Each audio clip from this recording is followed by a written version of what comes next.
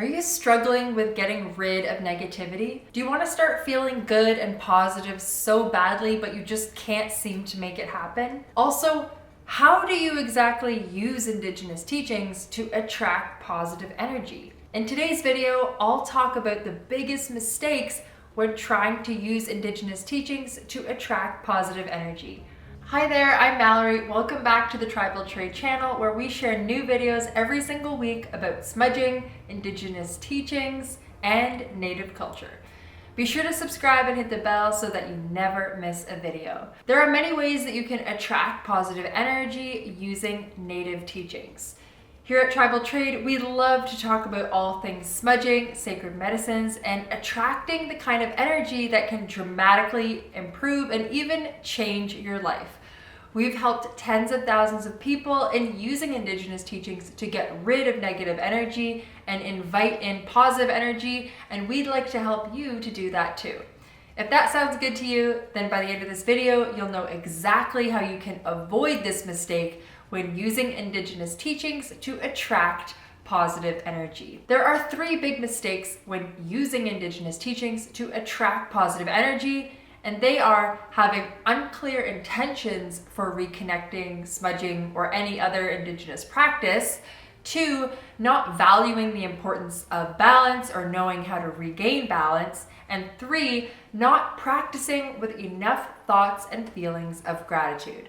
But in today's video, we're going to focus on practicing with enough thoughts and feelings of gratitude and to not focus on negativity. So let's get into it. First, let's talk about what we mean by negativity. Some of our negative emotions that we're talking about here are things like anger, frustration, loneliness, anxiety. These are all negative emotions. Other emotions like inadequacy, depression, guilt. These are all feelings that you or your loved ones or anyone that you have in your life are likely feeling at some point. Now, this is what we're talking about here about negative emotions. Other things like emptiness, helplessness, fear. Fear is a really big one. Jealousy, aggression. Now, these are some of the big negative emotions that people are feeling. And what happens if you can't escape them?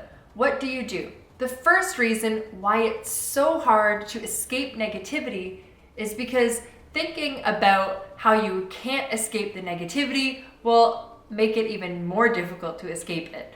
I want to talk about why it's so hard to escape negativity. This is important just to understand so we can get to the root of why this is happening. Why is it so hard to escape negative energy? First, it's because your thoughts are creating your feelings. In the Medicine Wheel teachings, check out this video right here, we talk about how to connect the 4 states of being and what the 4 states of being are. So when your thoughts are creating your feelings, that's what makes them even harder to escape. So your feelings are connected to your thoughts consciously. When your thoughts are creating your feelings, that's what's making it so much harder to escape them. So your feelings are connected to your thoughts continuously. So if you're thinking negative thoughts and how you can't escape from them, you're not going to feel good. And you're definitely not going to be able to escape from them. So this is one of the big reasons why it's so hard to escape negativity. It's because your thoughts create your feelings. And when you feel super negative, it's just going to be that much harder to get out of that feeling, and you're not going to be able to escape it.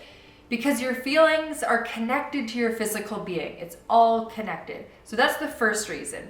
The second reason why it's so hard to escape negativity is because your thoughts multiply and create more thoughts like it. Now, that's the way that our brains work. When we think thoughts about something, for example, when we think about how negative our one aunt or uncle is, our mind is naturally going to dive deeper into specific memories that happen when our aunt or uncle was negative.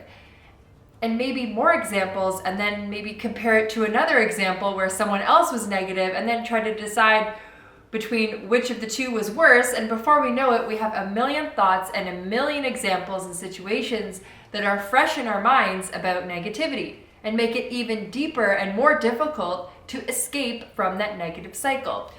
So that's the second reason why it's hard to escape negativity. The third reason why it's so hard to escape negativity is because your environment is likely negative and you can't escape from it. So if you're often having negative thoughts and feelings, you're likely living in a negative environment.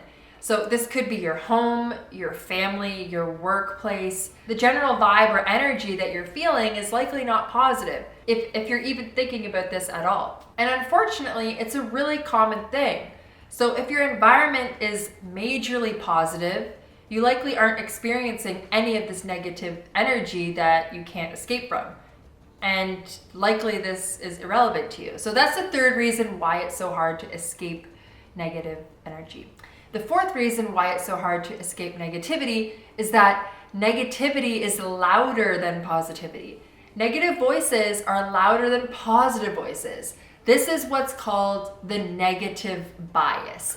Negative emotions are more intense than positive emotions. It's why we feel stronger about removing pain than we do about attracting positivity or moving towards pleasure. So in psychological studies, for example, we talk about the motivator for avoiding pain is actually stronger than the motivation to seek pleasure. It comes back to science and evolution as well. So as protection to keep ourselves alive in evolution, we don't, for example, touch fire or else you'll burn your hands because you're afraid you're going to get burned. It's a way to protect yourself. We avoid encountering a lion because you saw a lion kill someone else yesterday. It comes back to the caveman days, right? So that's what negativity bias is.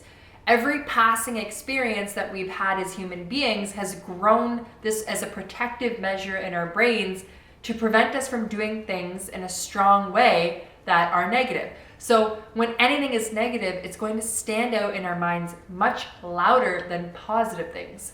So this can kind of help us to understand why negativity is so much louder than positivity. Have you personally ever had a hard time getting rid of negativity? Now we know why it's so hard to escape negativity, but when you're trying to move on from this, when you're trying to be more positive, some areas that you might get stuck with are if your thoughts are affecting your physical or your emotional states. So if you're feeling physically bad because of your negative energy, you may be starting to feel physical effects from the negativity, like chest pains, things like that. Now that's an extreme level.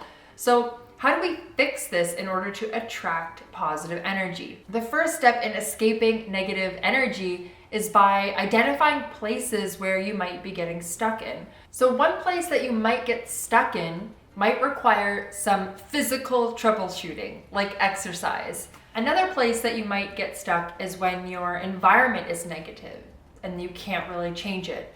So one thing is, if your environment is really negative, you likely need to create new influences and new circles for yourself to interact with people in more positive ways. So if you have people in your life that are super negative, you might need to spend less time with them if you want to see any real changes in your own positive outlook on life. Another place that you could get stuck is if you're having someone else in your life who's dealing with this by having a hard time or just being motivated to get out of that negative mindset. If they have a hard time or if they don't have strong enough reasons to change their attitude, like if they're entitled or if they don't have any motivation to seek positive changes, then that's when you could get stuck as well.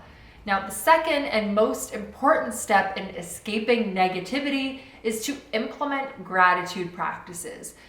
Gratitude, gratitude, gratitude. This is where you want to start, and here's why. What does gratitude do for you? It's impossible to be grateful and experience negative feelings at the same time. If you're really focusing on what you're grateful for and what you're thankful for, and just really focusing on that and in your zone of focus, you can't feel those negative energies and the negative vibes at the same time. So I want to display this in a chart for you. So we've got our negative emotions on one spectrum. This is things like suffering and fear, and we went over some of these negative emotions. And we also have a positive emotion spectrum right here. So if you're experiencing negative emotions versus positive emotions, at the very top of the spectrum, the most powerful emotion on the positive scale is gratitude. okay? Gratitude is the king of the castle. It's the strongest emotion that is positive. So if you're going to want to pull out the big guns here and counteract any negative spirals, you're going to want to use gratitude to do that. So why is gratitude so powerful? It helps you feel more positive emotions just in general because it's the king of positivity. It'll also help you relish those good experiences that you're having. Any positive energy that you're having, being grateful for it, it will help you relish them and embrace them. It can improve your health. It's been scientifically proven that gratitude can help improve physical overall health as well, your overall well-being, right? So if you want to build strong relationships, being grateful for the people in your life and the people that you love, being grateful and being thankful for them can help you do that as well. Gratitude also really builds resilience. It's one of those key components that can help you to build strong, high levels of resilience. It helps us replace those pessimistic thoughts, fight the negative feelings, and rebuild it with optimistic thoughts. It helps us to accept our present situation, so staying grounded in the present situation, even if it's a harsh reality.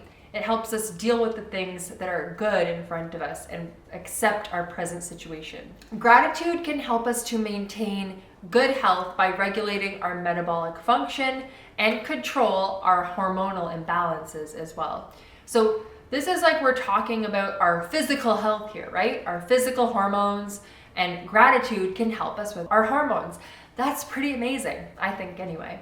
So gratitude can also help us sustain relationships, appreciate the people who are there for us, and as a result, we're going to feel more loved, more cared for, and more hopeful for future relationships too. So our website at Tribal Trade Co. has tons of resources that can help you on your quest for Indigenous education. Don't forget to check out our website, tribaltradeco.com. I hope in today's video I've helped you to unpack what exactly causes negative energy to be so hard to escape from and how you can use Indigenous teachings to combat that negative energy that might be really, really hard for you to escape from, and how you can help your loved ones to do the same as well. Here at Tribal Trade, we are dedicated to helping you to use Indigenous teachings, apply them to your everyday life so that you can live the most resiliently as possible, and how you can attract positive energy in your life and live the life that you absolutely love. Escaping negative thoughts, negative energy, and attracting positive thoughts, good thoughts, and thoughts that are filled with love, inclusion, and all of those good feelings are exactly what we want to help you to do. I believe that Indigenous teachings are the way to get there the fastest, and I can't wait to help you get there. So thank you so much for watching today's video. I hope you learned something new about gratitude, about how to escape negative energy, and how you can use Indigenous teachings to achieve the highest levels of resilience that you ever thought possible. Thanks so much for watching, guys. Have an incredible day, and we'll see you next time.